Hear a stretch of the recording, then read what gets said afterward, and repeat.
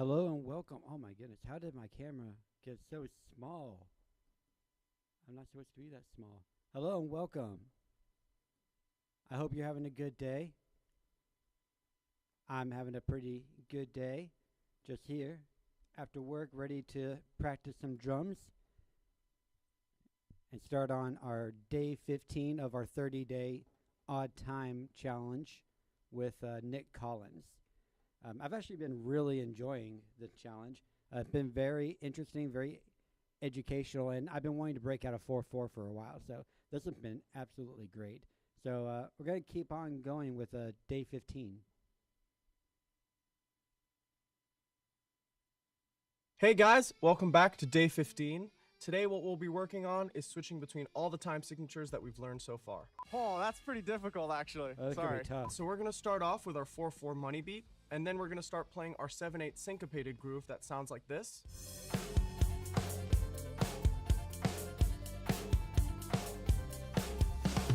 Then we'll play our 5-4 ghost note groove that sounds like this. And then we'll play our 9-8 groove with the 2/16 notes on the ragtop. So let's start nice and simple. 4-4 money beat on the hi-hat. Let's go. 1, 2, 3, 4.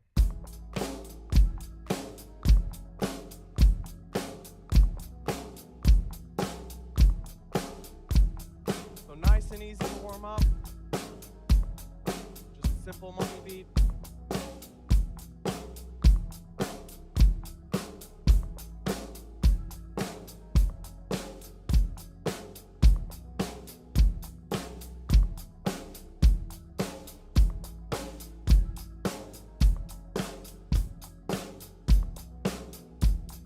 Alright, so now we're going to switch it up to our 7-8 syncopated groove. 1, 2, 3, 4.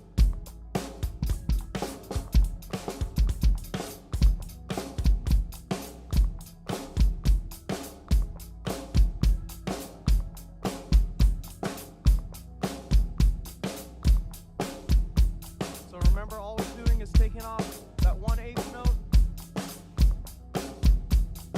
Hopefully this is feeling pretty good by now.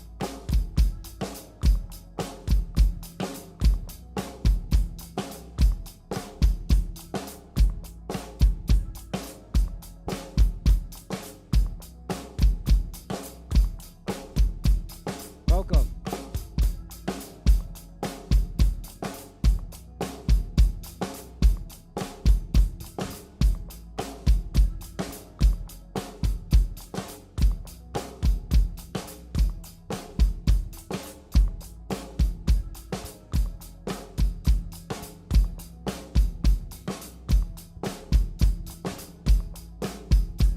So now we're going to switch it up to our 5-4 ghost note groove. Here we go.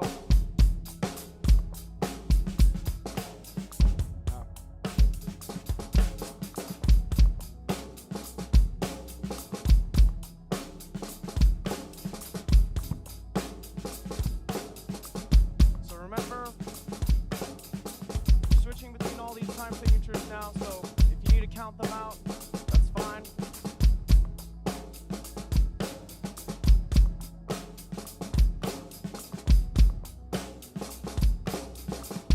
Make sure to use those dynamics on those ghost notes.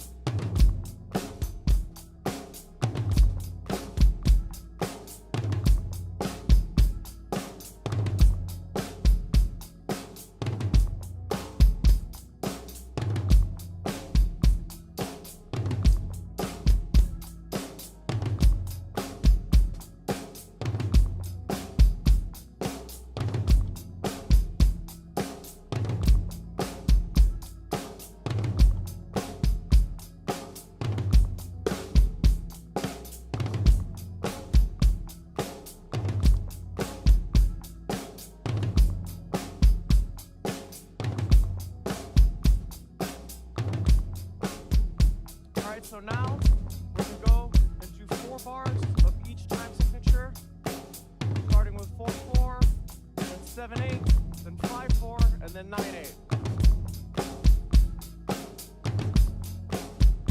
Alright, here we go.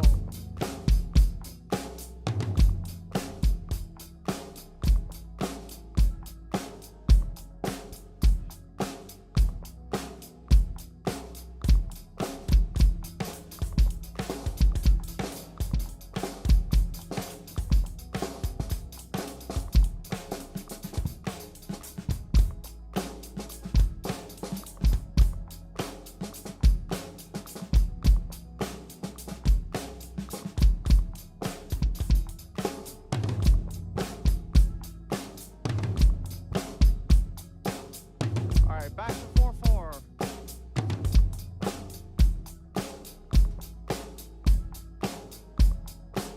Now to 7-8.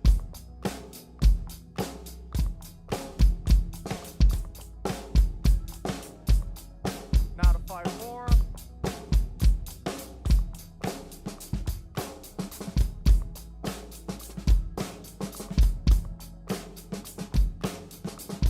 And now to 9-8.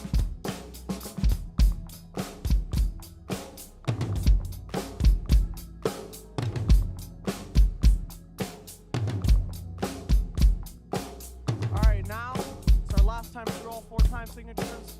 So let's head strong.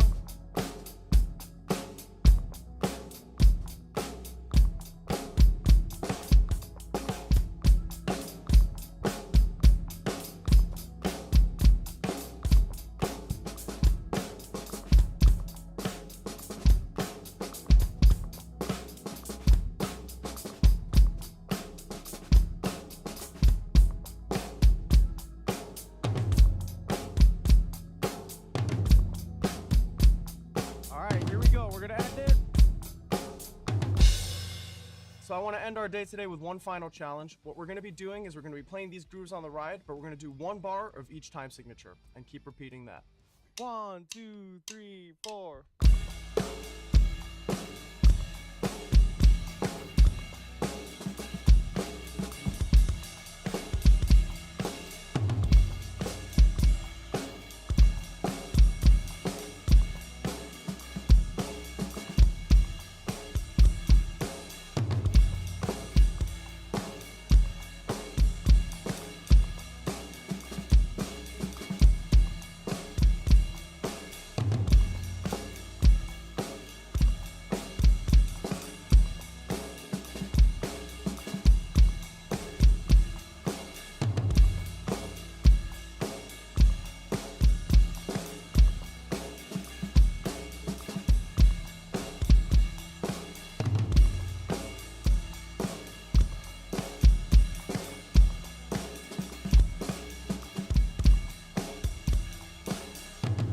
You be proud of yourself that you've gotten this far.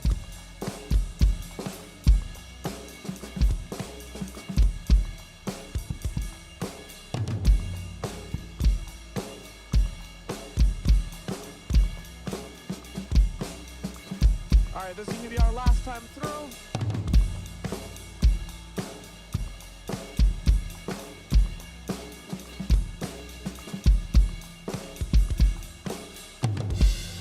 So there you go. I hope you're feeling more comfortable now. You should be really proud of yourself for getting this far. So I'll see you for day 16, where we'll be taking all of these grooves that we've learned and putting them into our final song.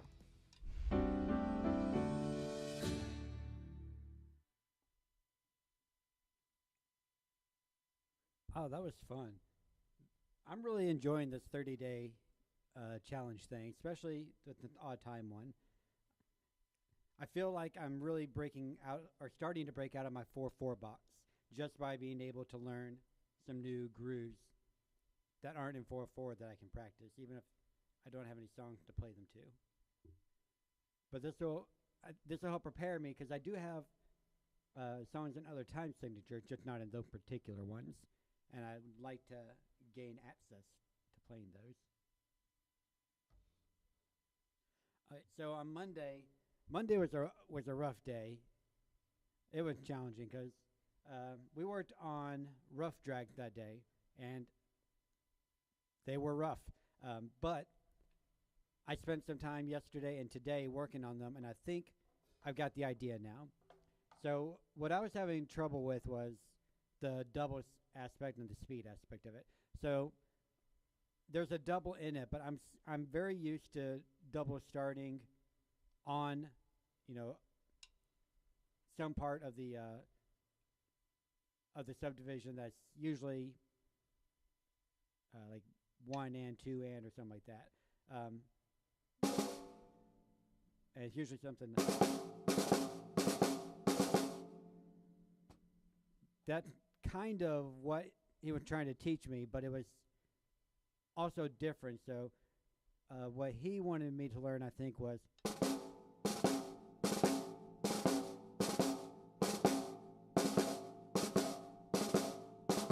which is a bit different, obviously. And I think I've got a hold of it now.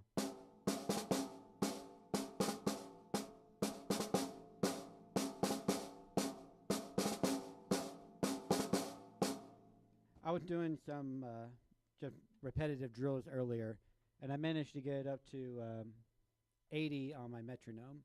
So I'm feeling good about the progress I'm making on some of the stuff from Dr. Wooden's section here. His stuff has been so much more difficult. But I definitely feel like I'm getting a lot out of it. It's just very, very difficult. Lots to work on, lots to practice compared to the previous 2 sections.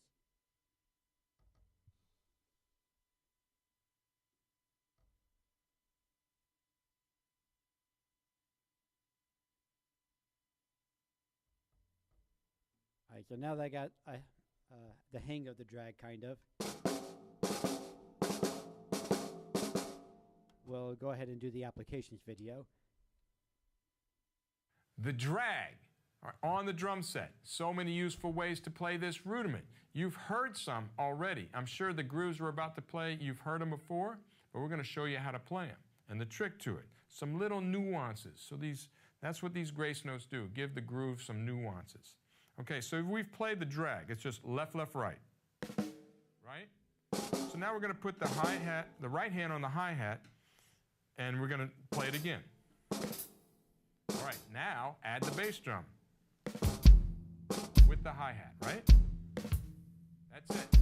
Now we're going to play an 8th note groove, and when we come around to 1, we're going to play that drag going into 1. So it goes like this.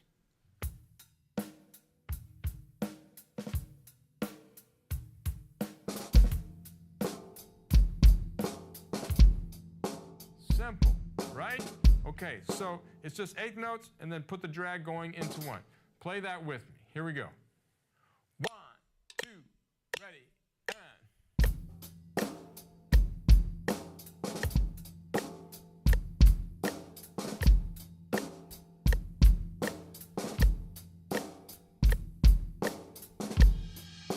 Okay, another way to use the drag. We're going to play the drag going into the snare drum. So we're going to put the left hand on the hi-hat and the right hand on the snare drum and play a drag.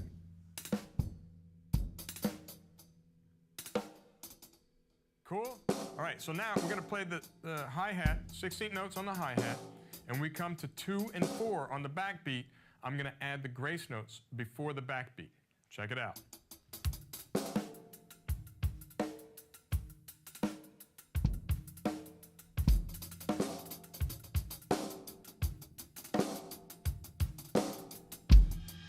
Got it? Simple. All right, now let's slow it down a little bit. I want you to play this with me. I was about to go back. 3, 4, and.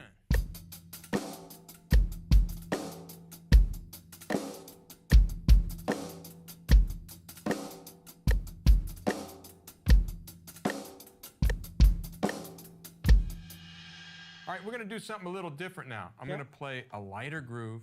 I told you I've been practicing. I've got the hang of it now. We're going to play drags on the cymbals. We're going to play 3 drags on each cymbal.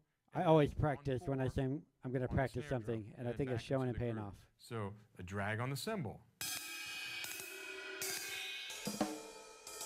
On the snare drum, on 4. Okay, so we're going to do a cross stick, light groove, not too loud, right? Here we go. with the groove, and then the fill, and then do it again. 1, 2, 3, and.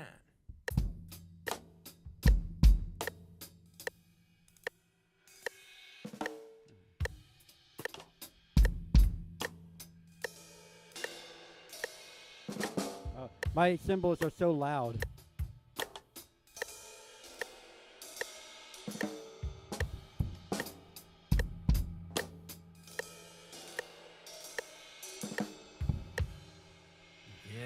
Nice. The drag. All right. So on the cymbals, you can play it on the bell or the bow of the cymbal, but a nice little touch. Working on touch and drags, nice little grooves. Your assignment is to get these two. My cymbals are down. so much heavier than his. It's hard to be quiet like that quiet with the them. doubles on the snare drum into the bass drum, or on the hi-hat leading into the snare drum, and then putting them on the cymbals. Be creative. You can put them on the drums. Do as you will. Just don't limit your imagination. Okay, work on those drags.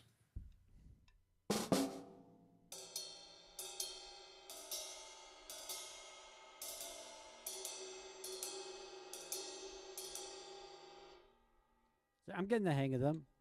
I'm getting the hang of them. This means we can move on into the next section of level 3.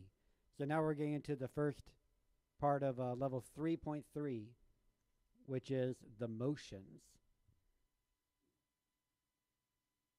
It looks like we're going to be working a lot on hand mechanics and hand technique.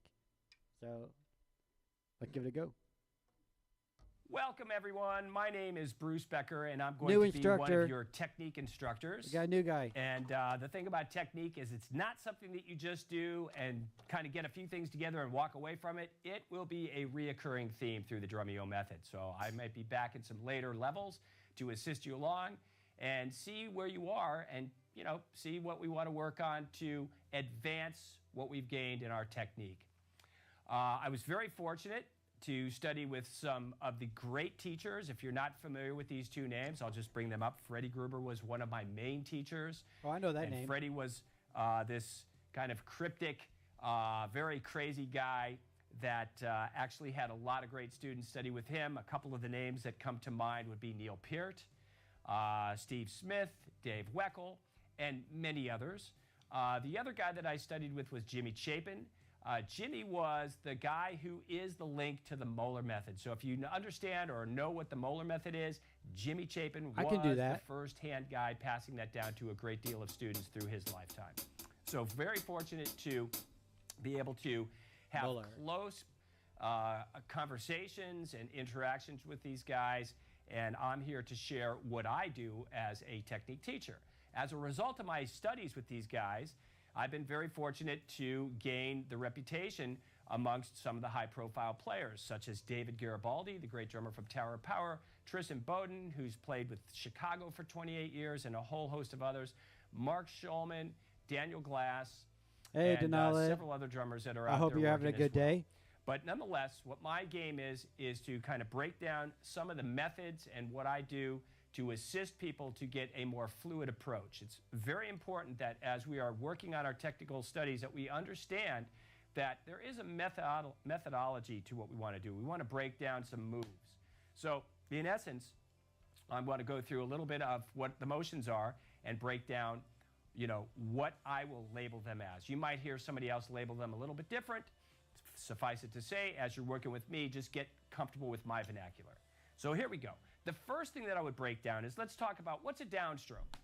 Well, a downstroke in general, I would say, is going to be one of the basic themes of what we would do in the Moeller Method later on. And so as we do that downstroke, there's always an upstroke that precedes it. So they're inseparable. You can't have one without the other. And so what I want to break down is that downstroke, also understanding the upstroke and the value of that. Notice as I play my upstroke, there's a clean, easy lift. We want to find an orbit that allows you to play with a sense of fluidity. So as you're going through this, you know, you want to see that you're moving in harmony with how your anatomy naturally works. All right, so that's the first thing. Those are the downs and upstrokes. We also have what I'll just label as a wrist stroke We could call it a full stroke. I could call it a drop stroke. So when I'm sitting in this position here, if you notice my position in German, I'm basically in an A-frame position. I would drop to the tip, and that's one of the keys I want to really kind of push forward through these technique exercises, is the ability to let go. It is so counterintuitive for drummers to let go. We are so conditioned to hit.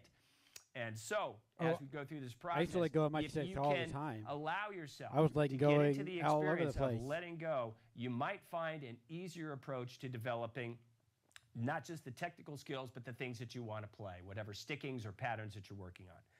So we've got our downstroke, in this case, our full stroke to a drop and a turn. We want to have that turn. The range and motion of our wrist is key too. We want to really break that down so that we have the access to the wrist to propel the stick. One example of that would be bounces later on. So I want to have that wrist loose. If I'm only pushing down and I don't have the identification of a backstroke, I might be shortcutting myself. So we also have a tap stroke. Tap strokes are key in developing certain strokes. So in terms of playing some of the outlines of some moves, we might have something as simple as just playing triplets and playing a down, up, tap, tap. And notice I'm saying tap, and I'm staying as a low-profile position to get the tap stroke out. So back in level 1, you saw Jared gave you a basic understanding of how to hold the stick. And so what I'm going to do is I'm going to take that torch, I'm going to carry it forward, I'm going to put you through some moves. I want to get some tap stroke exercises, some downstroke, upstroke exercises, some motion-related exercises. I feel like maybe this should have come earlier in the method, so imperative but I'm not to a get professional, some movement so going on. who knows? And that movement, again, I always refer to it as choreography. So see the sticks as being tap dance shoes and that you're dancing off the surface of the drums. And you'll see as I go through the process of how we develop that. So in this particular presentation, there is no assignment. I just wanted to go through and give you an overall view of what we're going to be working on. And you'll see as we go through that's going to be very detailed in terms of getting some thoughts together. So hang on to your hats, and let's go to the real assignment. How did he know I was wearing a hat?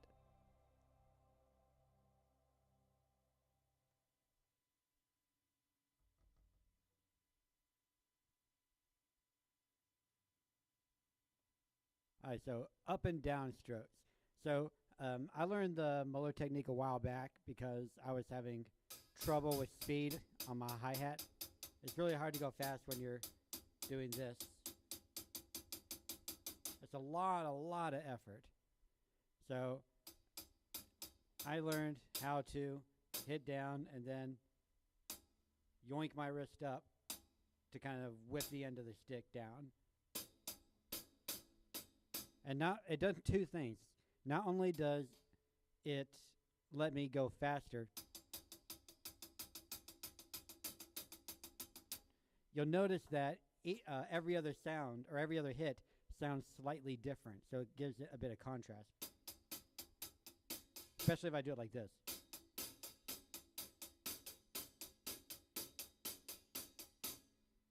You'll notice that like on one of the hits, I'm hitting more on the edge, and it gets more of that slosh.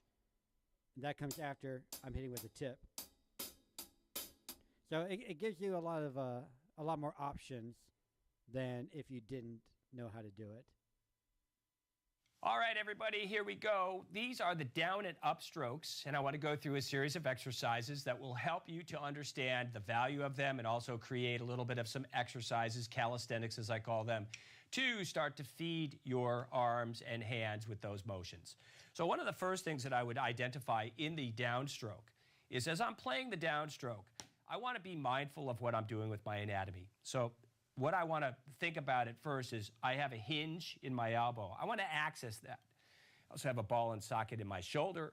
I want to access that as well. I want to try to eliminate as much as I can with the lifting of my shoulder. I want to try to relegate my lift to the forearm with a little bit of release in the wrist. And when I say a little bit, I don't want it to overhang, but I want it to drop a little bit so I get a follow through to the stick. And there's our downstroke. Now, that's always fed by an upstroke. You can't have one without the other. So what we want to do to start on this exercise is to play a downstroke and just a free lift to set up another downstroke. So in other words, we're not going to play any note on the value of and. We're just going to play quarter notes on 1, 2, 3, and 4. no ands, but the and will be the lift. So we want to make sure that that choreographed lift of the and is super right in sync with the value of eighth notes. So let's run that one down. That exercise will be what we'll call the setup exercise for down and upstrokes, letter A. So here we go. This is 40 BPM. Set your click at eighth note so that you have the identifiable lift space of your upstroke. If you don't have that, trying to play quarter note to quarter notes like playing a valley apart. So here we go. 1, 2, and 3, and 4, and 1, and 2, and 3, and 4, and 1, and 2, and 3, and 4. So you would play that maybe 8 bars, and then you should shift over to the left hand. So let's do the left hand. 3, and 4, and 1, and 2, and 3, and 4, and 1, and 2, and 3, and 4. Make your hang nice and easy. Try to flatten out when you come down to the stroke, where you come to that pad. You'll probably hit the pad. It should be about 30 degrees or so. You're not going to get a perfectly level stick to the pad. You want to accept the stick into the hand a little bit. So that's exercise 1. Remember, just be very finely tuned into the click of the metronome. Follow your upstroke on the value of ands. Come down with a nice flat stroke. And when I say flat, you're not going to come exactly parallel to the pad. If you really hit that pad, you should allow the stick to come back to you a little bit. And I would say that that's roughly about a 30-degree angle to the pad, thereabouts. Here we go. Exercise 2, same tempo, 40 BPM. We're going to play the eighth notes all the way through. So as we lift up, we're just going to let the wrist drop and play that, or let the stick drop to the pad and lift our arm off the pad. I want to stress that the important... So here, we're about to get that alternating sound that I was talking about on the hi-hat, but we're getting it for a different reason here. On the hi-hat, it's because I was hitting with different parts of the stick. I was alternating between the tip and the edge. Here it's going to be because I'm hitting harder with one stroke than with the other one.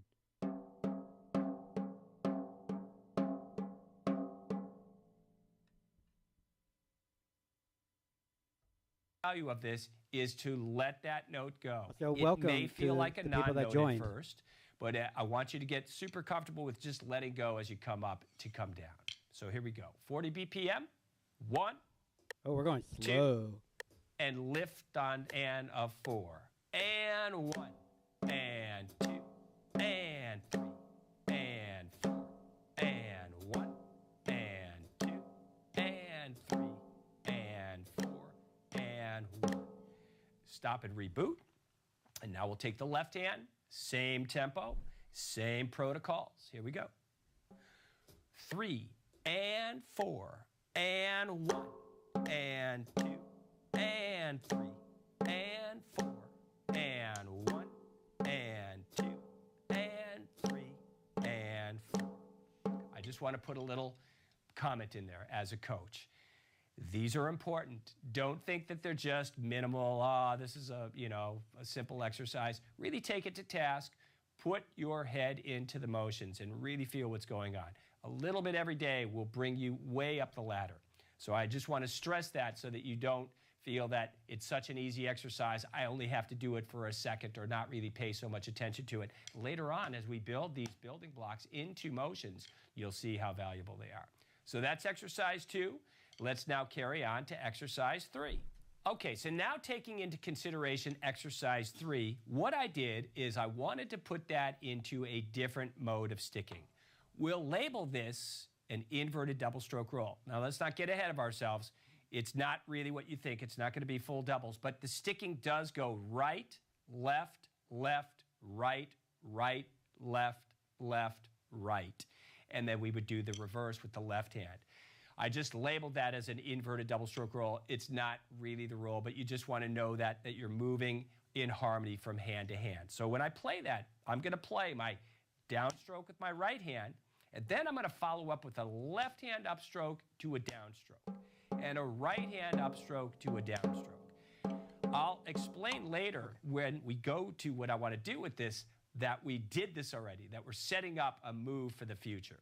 So just hold on to your hats. Be real patient with this. And this is, again, sometimes a challenge because as you play hand to hand, you might find that your attention to the lift and the drop, because you're thinking right to left, might be a little bit askew, but really try to fine-tune your attentiveness to what it is you're doing. So here we go. This, again, same tempo, 40 BPM with the eighth note subdivision. So I'm going to lift up on the anaphora and start my 1. So here we go. 1, 2, 3, and 4, and 1, and 2, and 3, and 4. Right, right, left, left, right, right, left, left. And 1, and 2, and 3, and 4, and 1. So that's the first version of it. Let's do the second version of it. Now we'll do, starting with the left hand on beat 1. 1, 2, 3, and 4, and 1, and 2, and 3, and 4, and 1, and 2, up, down, up, down. So that's very challenging, but a great exercise. And again, you're just seasoning up the sauce, so to speak, to get everything prepared for what we're going to be going into as we go down this line of course, okay? So that's exercise 3. Let's move it along and check out what we do in exercise 4.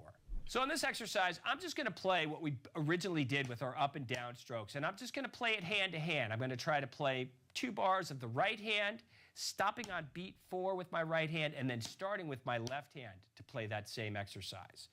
So as we go through this again, try to be mindful of what you're doing and don't let your right hand take a break way down here. Sit on the pad and just be waiting for the right hand to come back into action or the left hand to come back into action. We want to try to build up a protocol of positioning whereby your hands are always in a mode of accessibility. That's really important. You know, your form and how you do things are going to be key to how you get that flow going as you walk up the ladder of drums. Okay? So here we go. This is the bonus round, exercise 4. Here we go. 40 BPM once again. Nice and slow. Don't worry about, these are all tempo sensitive. I want to stress that. It's all about the move. If you try to move too quickly, things will come unraveled.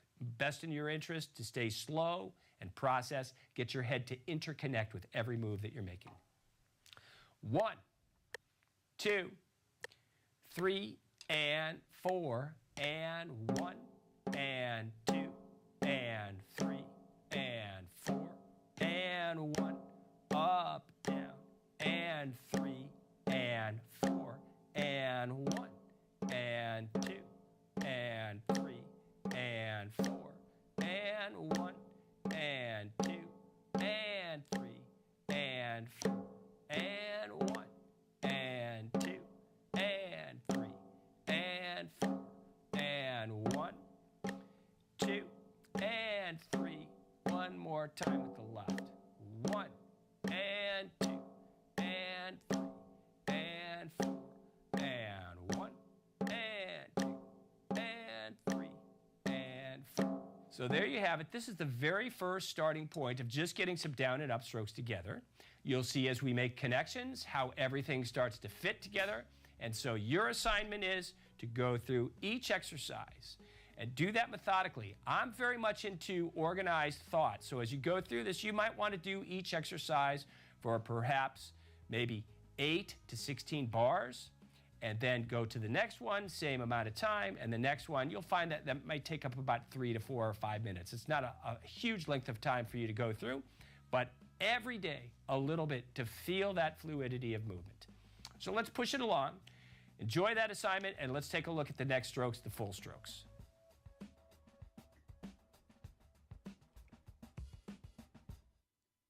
This feels like such a break after the last section on rudiment with Dr. Wooten.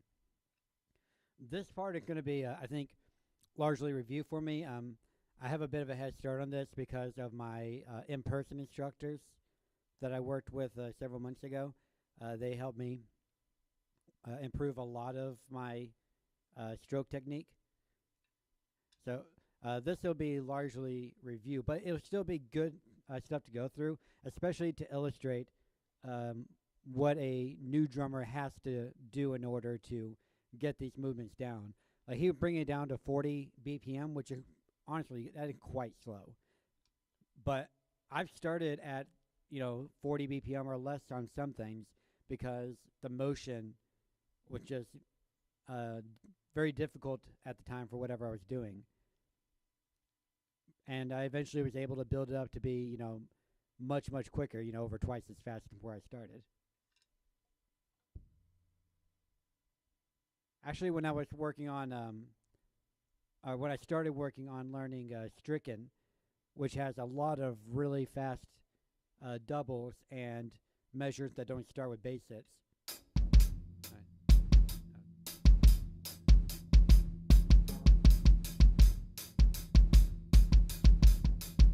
I was doing that at 35 BPM when I first started learning it.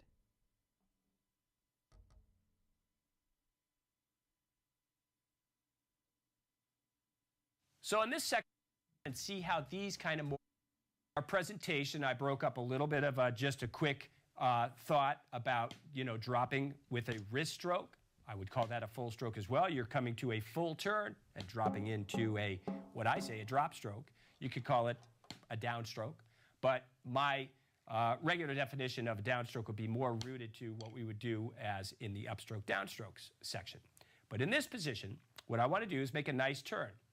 Now, as you're housing the stick in your full stroke position, we want to make sure that you have good form. So let's just say that we have an A-frame position that we're starting from and that we're just going to drop to the tip. And I really mean drop. I mean let go of that stick. Let the stick sit comfortably. Don't be tight and don't try to thrust the stick down to the pad. Let it drop. Feel that easy drop. And so what we'll do to set it up very nice and easily is that we will do just a downstroke and a turn stroke, similar to what we did with the downs and ups. So what I'll say is drop, turn, drop, turn. Now this, again, is going to be tempo sensitive, so we're going to go back to our original tempo of what we did with our ups and downs. Tempo sensitive, that means it doesn't work at every subdivision of eighth tempo. notes, and let's see how we hang within the context of those exercises. Here we go. A-frame position, 40 BPM, exercise 1.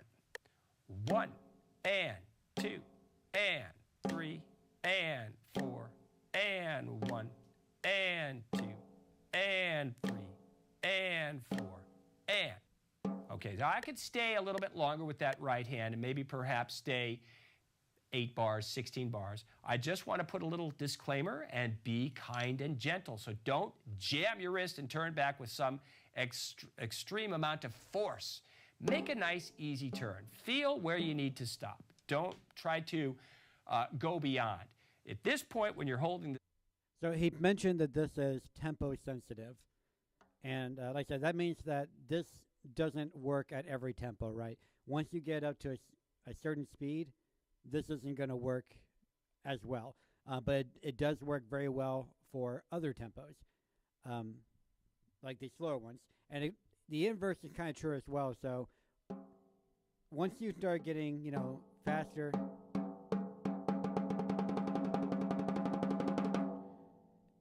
the faster you go, the less wrist and the more fingers you're using. But using finger technique like that at slow tempos is very inefficient and wasteful. And so you have stuff that works at one tempo, and then as you shift into other tempos, you shift into a different technique that works better at that tempo. Stick. If you're holding it properly, you're not going to be able to exceed this 60-degree plane or so. If you went beyond, you're going to be cramping and pulling in a funny way. So be mindful of that. Feel your down, feel your turn, feel your down, and feel your turn, and don't jam your wrist. Be gentle and kind. Drums are very physical. You got to watch what you're doing and be super careful that you don't injure yourself. So here we go. Now we're going to take the left hand, do the same exercise. I'll just go through 2 bars. Again, 40 BPM. 8th note is our subdivision. Here we go. 1, 2, 3, and 4, and 1, and 2, and 3, and 4, and 1, and 2, and 3, So there you go. That's exercise 1. Just setting up the idea of what a full stroke is. Just as a side note, the wrist stroke or the full stroke can basically turn into, eventually as you build up momentum, would be your wrist bounce, getting some bounces later on. And we will actually tackle that as we go through this process. But that's exercise 1. Let's take a look at now exercise 2. We're going to now take the opportunity to talk about that full stroke and bring the stroke back on the first eighth note and drop on the second eighth note. So again, that would be the starting point of getting an open bounce. So I'm going to let the stick bounce back and come back to me in this upright position and then drop on the second stroke. So we're going to play 2 eighth notes and a quarter note rest. That quarter note rest will be our identifiable turning point. 1 and 2, 3 and 4. So again, I'm just going to sit in the right hand. I'll go through it and do it 2 bars. And again, I hate to be redundant, but it's going to be 40 BPM. Sorry about that. But again, tempo sensitive. Get everything to sit nice and comfortable, and that will get you down the line. You know, a long time ago, back when I played guitar, I was watching a YouTube lesson by, I forget his name, by the guitarist from Dragon Force, who is, of course, known for their very fast song that with the end boss in Guitar Hero, Through the Fire and Flames. And I was trying to learn sweeping from him. And he made a similar point, like, okay, you're going to have to turn this down and do this, like, obnoxiously slowly. Everyone around you is going to hate you, and it's going to be so boring, but you got to do it before you can go faster like this. And that's one thing when I'm talking to other drummers on one of the Discord servers I'm on, I'm like, they're having trouble with something. I tell them, sometimes you got to bring it down obnoxiously slow and get the motion down from there. It is obnoxiously slow, but you got to do it sometimes. Slow and flow. All right, so here we go. 40 BPM, both hands up in the A-frame position, and ready to go. 1, 2, 3, and 4, and 1, and 2, 3, and 4, 1, and 2, 3, and 4. Let's go lefty. 1, and 2, 3, and 4, 1, and 2, and 3, and 4. So again, very nice, good solid turn on the 2. Try to be spot on your turns. Make sure that they happen on the beat.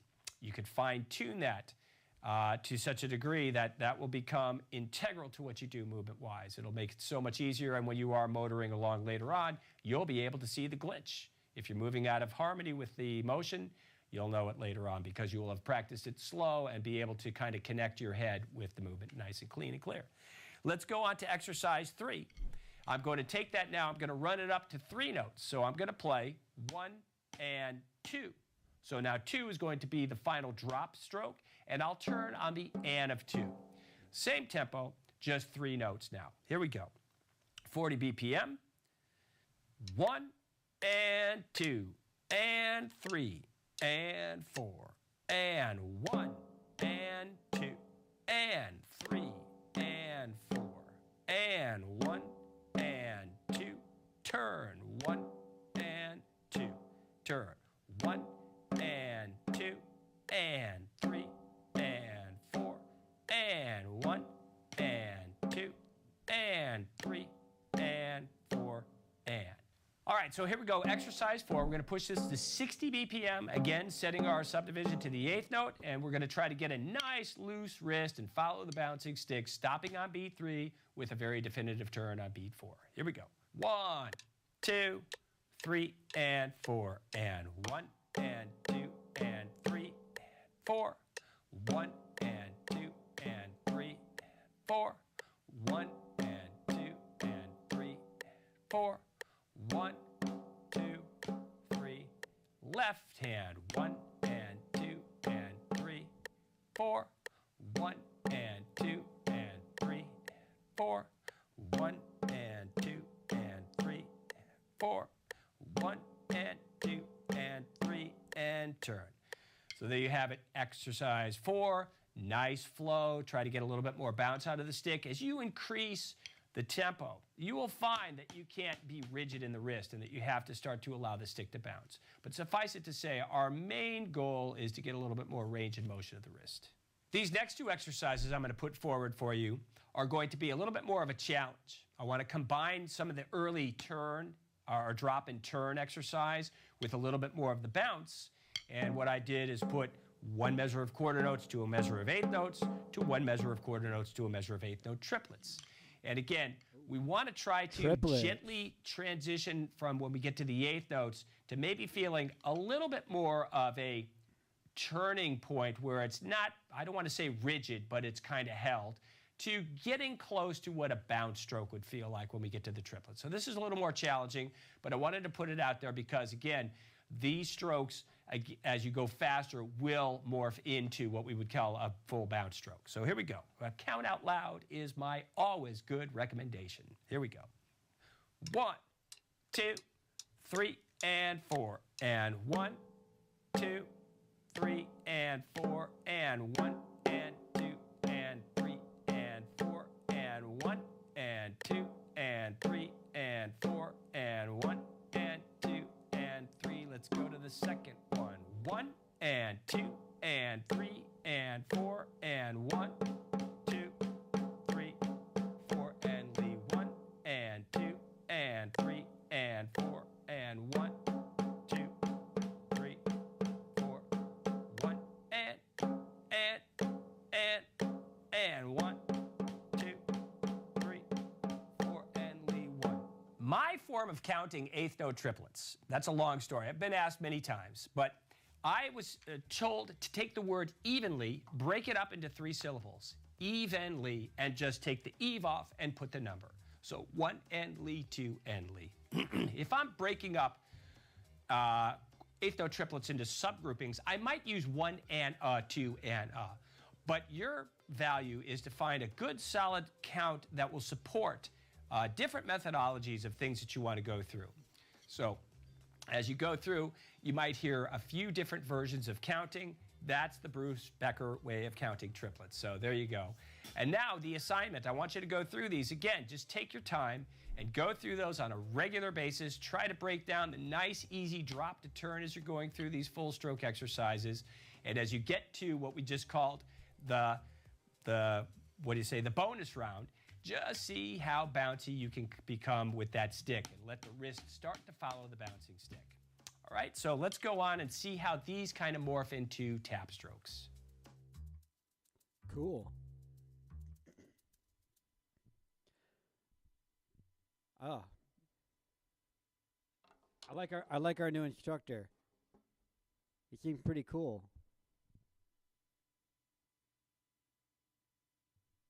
All right. I think we're done with Drumeoo stuff for today, and I'm just going to jam out for a few minutes before I end the stream. We switch over to my other app.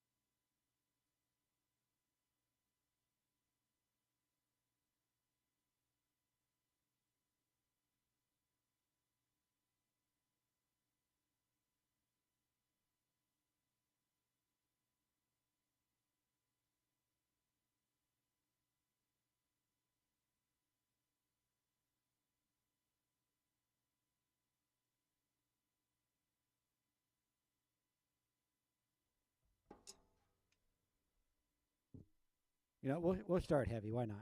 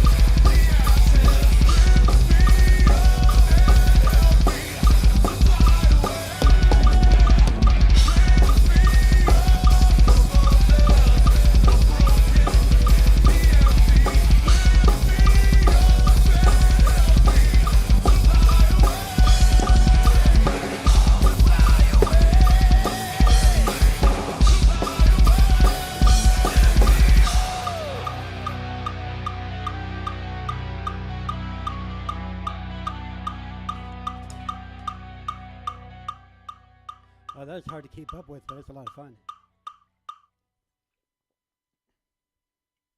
I am the CJ. I'm the only CJ in the whole world, actually.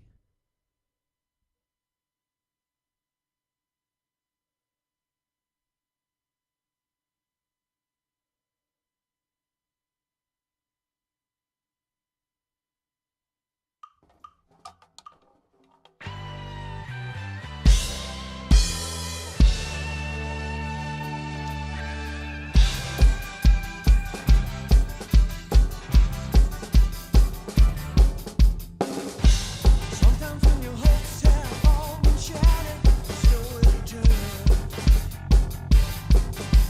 You wonder how you keep going. Think of all the things that really matter, and the chances you earn. The fire in your heart is growing. You can fly if you try, leaving the past behind. Heaven only knows what you might find. Gotta believe you can survive. You have the future in your hands. Gotta keep all your dreams alive. It's time to take a stand. You can win if you dare. Everybody's trying to wreck your spirit, keeping you down. Seems like it's been forever. Oh, there's another voice, maybe you'll just hear it, saying it's the last round. Looks like it's now or never. Out of the darkness, you stumble into the light, fighting for the things you know are right. Gotta believe you can survive. The power is there at your command. Gotta keep all your dreams alive. It's time to take a stand. You can win if you dare.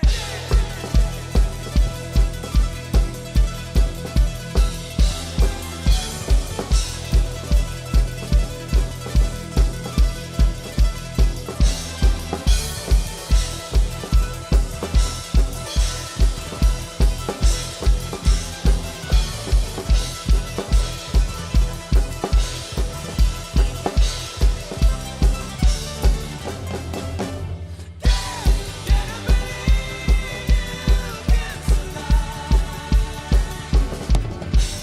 You have the future in your hands. Gotta keep all your dreams alive. The power is there at your command. Gotta keep all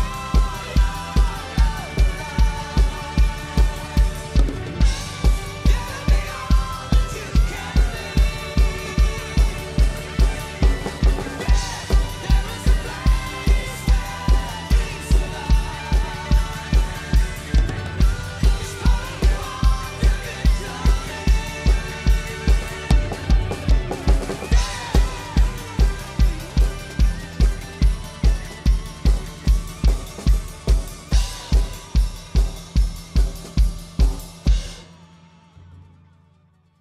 Got the dreaded fade out.